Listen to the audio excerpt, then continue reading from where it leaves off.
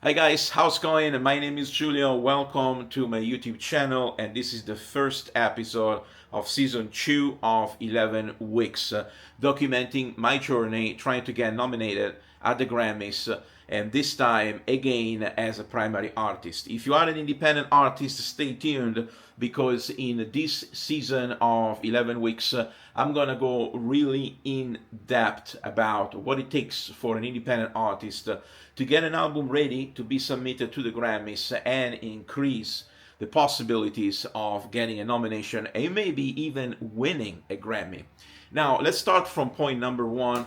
In 2025, I have worked on the Willow Doesn't Weep, the first album in my career with primarily music containing lyrics. A great collaboration with lyricist E.T. Murphy, and she's also on the cover artwork of the album, and an incredible lineup of super talented musicians and singer-songwriters from all around the world. If you want to know more about The Willow Doesn't Weep, then click on the link up here and you can check everything about the album in season 1 of this show. Now, season 2 is going to be about the blues way, which is to me a comeback to my roots being a guitar player with a primarily instrumental album, and this time is a collaboration with a group of super talented musicians and is a direct team collaboration with Mehran Matin, Grammy-nominated artist, and SF1, aka Shane Franklin, super talented percussion player and drummer. I actually met Shane in 2025 when I was in LA during the Grammys Ones to Watch week, and he performed at the Grammy Museum, and some of the videos are actually showing right now. Now, when it comes down to working on an album as an independent artist, it's a team effort. If you are by yourself, if you're doing everything like production, mixing, all the kind of stuff, you know the work that it takes to make it happen. But in my opinion, right now, as of 2026, with all the AI stuff going on, I think we should get together and collaborate more. The Blues Way is a traditional blues album. It's a tribute to the greats, Freddie King, Albert King, Elmore James, and also Matty Wars, Robert Johnson, and many other great guitar players that they literally built the language of the contemporary blues, but obviously they were living during a time when electric guitars, especially amplified electric guitars, anything that is post 99 was just the beginning. It was the infancy of amplified music. Right before you got guys like Chuck Berry really bringing rock and roll to the mainstream audience. Now, Bluesway, for me, is also a particular project because it's the first album featuring my 1951 ES-350 Gibson guitar, which by itself contains a whole story, and I'm gonna dedicate more and more videos about the guitar, about capturing that period in time, and also about trying to get a sound which is as vulnerable and raw as possible. Now, talking about sounds, talking about choice of music, the blues way is about saying basically no to any standard music production approach when it comes down to editing, and feeling that we musicians can get away with focusing mostly on the overall production and then forgetting that recording is ultimately capturing the performance. Now, I'm talking to you, independent music producers and independent art directors. They're always looking for something innovative, for something that is out of the ordinary. Don't forget that the magic happens when you capture a great performance from beginning to end, when there are not too many overdubs, when there is not a lot of stuff going on in the editing room, and when the mixing and mastering are not to cover mistakes, but to enhance the actual performance and what the artist is about. Now, talking about performance and talking about music being portrayed and captured at the highest of its peak when you are in a studio and you have the whole band next to you trying to get that performance and you only have 3 or 4 takes to choose from. That's to me where the magic is. Now, for Bluesway, obviously, because it's a collaboration between artists that are from all over the world, we're talking about 3 different continents, then this was not possible. It wasn't possible to be in the studio all at the same time. But what I did is that I went and attended, for example, the recording of a Hammond organ with Dario at Camden Studios in Dublin, or I overlooked during the recording of drums with Igor Wilcox, which is all the way down to South America.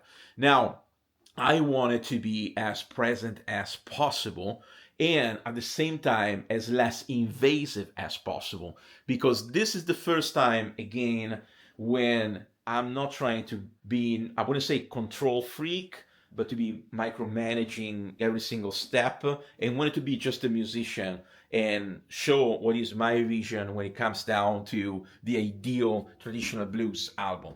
And I'm thinking about getting inspiration from very raw performances. They're mostly belonging to the pre-1958, 1959 times in America, United States. Those performances, they do capture the blues language right before it gets contaminated with funk, with jazz, and even with other genres like rock and roll, or even influences that later on will leak into genres that are really far from blues, like metal, for example.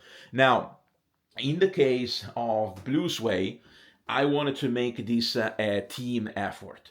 I wanted to give as much freedom as possible, and what I did is that I started from rough guitar demos. That is why some of the tracks that are in the album, they actually date before I got my ES-350 Gibson guitar demos that are from the Willow Doesn't Weep sessions, but they didn't make the album. They didn't make the Willow Doesn't Weep. And now they come together in a cohesive way and they do make sense. Sometimes when you record a demo or you come up with an idea, you need to wait. You need to have patience. Don't rush it and let the music grow like a life form. You don't need necessarily to drop every single song that you're making now in 2026. They might need time to mature and make sense maybe later on in a different project. Now, in the next videos, I'm going to show you a lot of behind the scenes from the studio sessions, but also you're going to see behind the scenes from live performances, from the new debut of the Blues Odyssey, the brand new lineup, myself performing live, and Dario, which is in the Bluesway, in the Blues Odyssey, is also in the Bluesway. So he's in both projects, and how important it is to have musicians and collaborators that are not just limited to artists in your album. They're actual co-live collaborators. They're friends. They're somebody that they've been with you throughout your whole life journey, not just the music journey. It's extremely important because one of the most beautiful things about making a record is to make it something organic and alive.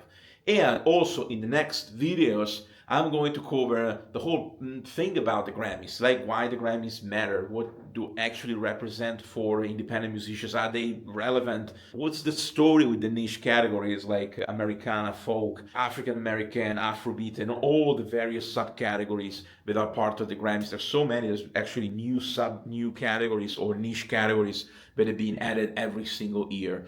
To me, in one word, the Grammys are the Recording Academy community. That's what it really matters. It's not actually about winning or getting a nomination. It's about being part of the process and in the making of it, in the process of actually submitting an album and spreading the word about your project is to build a community around you and ultimately finding other artists that they share your same vision and work with them in the future. Because ultimately, the Grammys is just another award. And what really makes it unique is that they shine a light on you and what you already are doing. They don't add anything to you as a person, as an artist. They just highlight what you've been doing in the past few years or during your career, if you're trying to venture into this and you're like 50 or 60 years old plus. But ultimately, they won't make you a better artist. They won't make you a better producer. They literally just going to tell people, hey, you should check this guy because they're doing something interesting. So that's what it is. That's actually what is the whole effort. Now, this is enough for the first episode of 11 weeks, and it's actually 11 weeks from nomination day. And this episode was recorded at the beginning of August, right when I am actually editing some of the footage, because there's a lot of footage, and probably I'm going to release outtakes. I'm not sure if this video is gonna make it to Amazon Prime or any other video on demand platform, but just in case, just to let you know, I'm gonna probably send this show and the first show as part of a whole documentary about my journey into the whole Grammy thing to various platforms. So you're gonna be able to check these videos on different platforms. This is an educational show. This is something that wants to be of help for this and future generations of independent artists, hopefully learning from my mistakes and my successes, something that would eventually take you maybe years to figure out. So stay tuned and ciao for now.